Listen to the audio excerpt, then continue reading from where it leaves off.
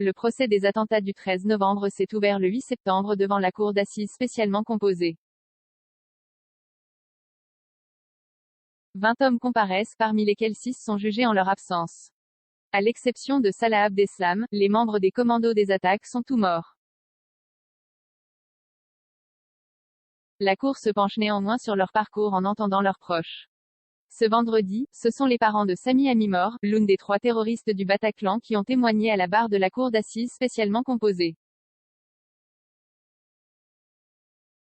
À la cour d'assises spécialement composée, à Paris, le 15 novembre 2015 comme tous les dimanches, Azzedine Amimor a pris la route et quitté Liège, en Belgique, où il travaillait, pour rejoindre le domicile familial, dans la région parisienne. Quelle n'a pas été sa surprise lorsque, le lendemain, des policiers sont venus frapper à la porte pour les emmener, lui, sa femme, et leur plus jeune fille, dans les locaux de la DGSI.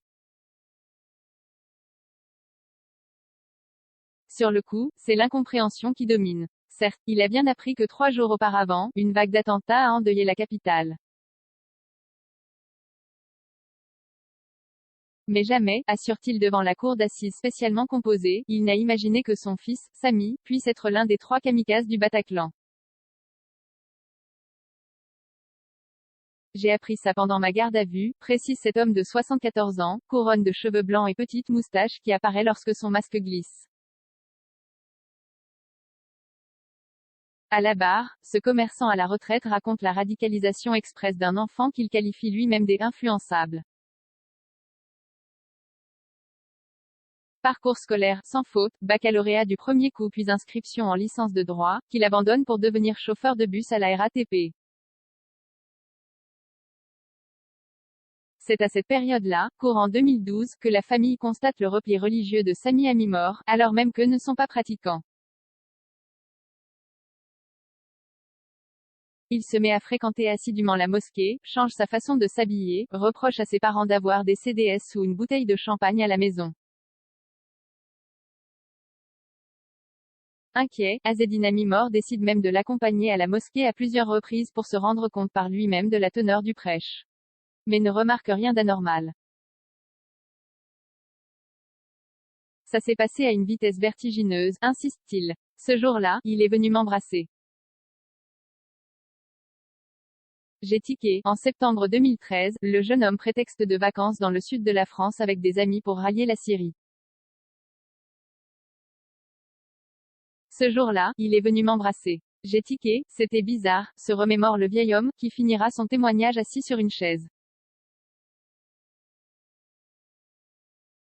Depuis la France, il tente coûte que coûte, avec sa femme, de maintenir le contact. Quitte à ne pas poser les questions qui fâchent, à l'encourager lorsqu'il lui dit qu'il apprend l'arabe. À l'été 2014, il prend à son tour la route pour la Syrie, pour aller le récupérer. Je me dis que quand il me verra, il va peut-être changer d'avis, insiste-t-il. Sur place, c'est la désillusion. Quand je l'ai vu, je ne l'ai pas trop reconnu, il avait une tenue militaire, des béquilles, se remémore Azzedine Amimor, précisant qu'il portait une kalachnikov en bandoulière. Surtout, son fils est quasiment mutique. Quand j'essayais de lui parler, il ne répondait pas.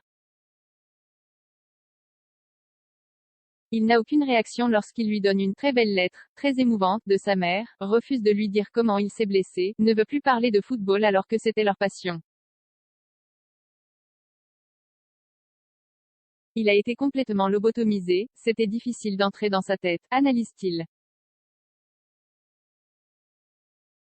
Au bout de 4 jours, très affaibli par une intoxication alimentaire, il décide finalement de repartir avec l'idée de revenir plus tard, en force.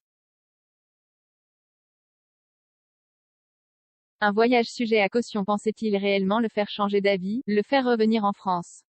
Pourquoi est-il parti au bout de 4 jours seulement? Pourquoi n'a-t-il pas cherché à lui faire la leçon? Pendant plus de 3 heures, le témoin a croulé sous un flot de questions, parfois accusatrices. D'autant que sa version de ce voyage est sujette à caution. D'abord, parce qu'il existe d'importantes incohérences au niveau des dates. Surtout, parce qu'il a nié devant la DGSI avoir passé la frontière syrienne. lui explique ce mensonge, qu'il qualifie de refus de communiquer, par la brutalité de l'annonce de la mort de son fils par le magistrat, ce qui l'a poussé à se refermer. Interrogée peu après par la cour d'assises spécialement composée, sa fille cadette a confirmé l'existence de ce voyage, affirmant avoir reçu un mail de son frère pour lui dire qu'il se trouvait avec leur père. À travers son témoignage, on sent surtout l'espoir presque irrationnel d'un père persuadé qu'il parviendra à sortir son fils de l'engrenage de la radicalisation. Et la culpabilité d'un homme qui n'y est pas parvenu. Est-ce que j'ai failli quelque part? Je me suis souvent posé cette question. Je ne sais pas, reconnaît-il. 41 commentaires, un partage, partagé sur Messenger, partagé sur Facebook, partagé sur Twitter, partagé sur Flipboard, partagé sur Pinterest, partagé sur LinkedIn, envoyé par mail, sauvegarder une faute, imprimé.